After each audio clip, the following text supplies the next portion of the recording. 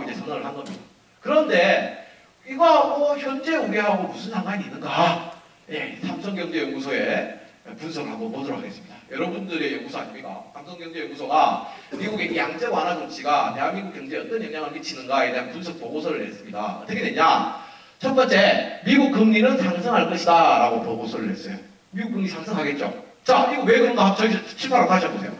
여러분, 보세요. 양적 완화를 통해서 돈의 공급을 막 시중에 배포했습니다. 돈의 공급을 늘렸으니까 돈의 가치는 뭐예요? 돈의 가치는 가격은 금리잖아요. 금리가 떨어졌어요. 그죠? 저금리 상태가 됐잖아요. 양적 완화 조치. 근데 양적 완화 조치 돈의 공급을 중단합니다. 공급을 중단하니까 돈의 가치인 금리는 어떻게 돼요? 올라가죠. 가장 기본적인 걸 얘기한 겁니다. 미국 금리는 이제 좀 있으면 상승할 것이다. 양적 완화 종료했으니까. 그것을 이제 전망하는 것은 FRB 의장의 말에 의하면 아까 우리 앞에 봤을 때 상당기간 초저금리를 유지할 거다 했잖아요. 10월 29일부터 시작해서 상당기간 요걸 언제까지로 보냐 아마 한 6개월 정도? 이런 정도 그 당시에 얘기를 했었죠. 실제로 사람들이 평가하기도 아마 한 올 연말이나 올 하반기나 내년 상반기 정도에 아마 금리가 올라갈 거다라고 예상을 하고 있습니다. 자, 또 하나 더 문제가 됩니다. 미국 금리가 올라가면 글로벌 자금의 흐름에 변화가 생기고 외국인 자금은 유출될 거다 이렇게 전망을 합니다. 여기서 이제 현재 우리나라 대한민국에 큰 영향을 미치는 사건들이 발생하겠죠. 어떤 겁니까? 자, 미국이 10%를 줍니다. 미국 정부와 기업이 우리한테 투자하면 10% 주겠다. 금리가 올라가 있어요. 대한민국은 2%를 줍니다. 여러분 같은 뭐 있다 투자하겠습니까? 바보가 아닌 이상 다 미국에 투자를 하겠죠. 아까 참고로 양적 완화 조치에 의해서 4조 달러 이상을 찍어냈는데 그 중에 절반 이상이 신흥 경제국들한테 투자되어 있다 했잖아요. 그죠? 우리나라에 들어와 있는 외국인 투자자들이 자금을 빼서 다시 미국으로 간다. 이 소리입니다. 그래서 글로벌 자금의 흐름에 변화가 생기고 외국인 자금이 유출될 거다라는 거죠. 국내에 있는 자금들이 빠져나가면 우리나라 기업과 정부는 잘가 빠이빠이 해야 됩니까? 아니죠. 가지마! 잡아야 될 거 아닙니까? 잡기 위해서는 어떻게 해야 돼요? 야, 미국에서 10% 준다고? 야, 우리 12% 줄게.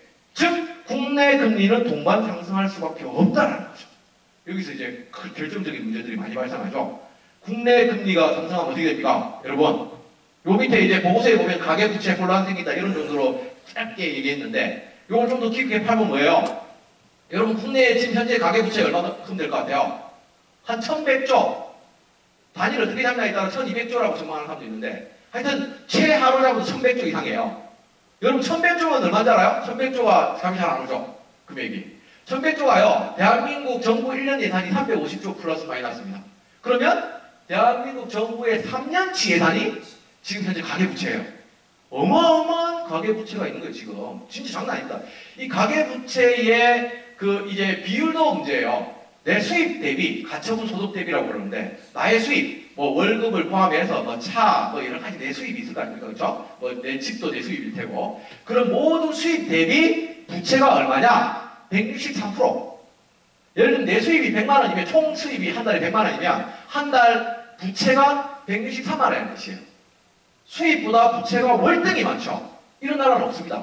대한민국만 그렇습니다. 현재. 최소한 OECD 내에서는. 어마어마한 겁니다. 사실 부채 비율이. 그런데 그걸 금액으로 환산해도 1100조니까 진짜 어마어마한 가계부채가 있는 거죠. 문제는 뭐예요? 금리가 상승한다라는 거죠. 지금은 여러분 주택담보대출 받으면 보통 몇 프로 정도 되냐면 한 2%에서 3%대예요. 저 같은 경우에는 이제 세 자녀니까 이제 다자녀 가구 혜택 때문에 좀 더 추가 혜택을 많이 받아서 한 뭐 2%대 초반입니다. 하여튼 저는 이제 아주 이제 싸죠. 그래서 이제 보통 일반적인 사람들이 주택담보대출 해도 한 3%대 초중반 정도 돼요.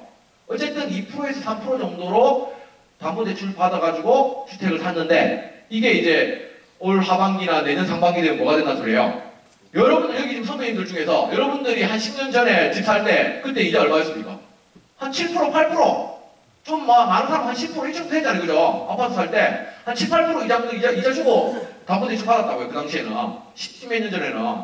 즉 올 하반기나 내년 상반기쯤 되면 이자가 10몇 프로 혹은 최소한 7, 8% 이상 이렇게 올라간다는 소리예요. 그럼 문제가 뭡니까? 아까 1100조 정도를 가지고 있는 사람들 그리고 그 사람들의 일반적인 비율이 부채 비율이 163% 정도? 그런데 이자는 또 올라가. 가계가 망한다는 소리죠. 아까 가계가 다 망했을 때 미국이 어떻게 됐습니까?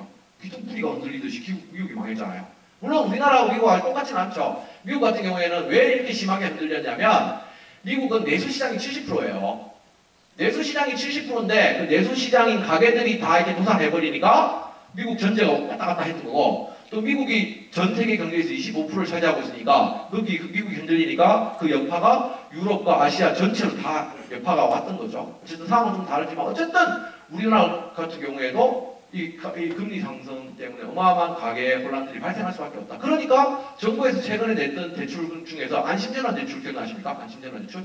그게 바로 나름 그래도 조그만 한 신용이라도 낸 거예요. 안심전환 대출이 뭡니까 이거? 변동금리를 고정금리로 바꿔주는 거잖아요. 그죠? 그러니까 변동금리라는 것은 시중금리에 따라서 금리가 왔다 갔다 하는데 올 하반기쯤 되면 지금은 네가 3%지만 올 하반기에는 7% 8%로 올라갈 가능성이 높으니 지금 고정금리로 바꿔라. 3% 4% 고정금리로 바꿔라. 그러면 올 하반기에도 계속 그 고정금리로 가는 거니까 그게 이제 안심전환 대출이에요. 근데 문제는 뭡니까? 안심전환 대출의 총 예산이 20조인데 20조. 가계부채가 1100조인데 뭐 정말 이만큼 이제 신용만 낸 거죠. 진짜 말 그대로 신용만 낸 거죠. 근본 좀 대처될 수가 없죠. 하여튼 올 하반기나 내년 상반기쯤 되면 정말로 어마어마한 경제적 어떤 압박들을 받을 수밖에 없는 상황이 도래한다라는 뜻입니다. 자, 이제 세세하게 우리 상황들 한 번 더 살펴보도록 하겠습니다. 자, 현재 우리가 나름대로 수출로 먹고 사는 국가 아닙니까? 대한민국, 그죠? 여러분들도 마찬가지로 배 수출해서 많이 먹고 살고 있는데 이 수출이 얼마나 둔화되고 있는가?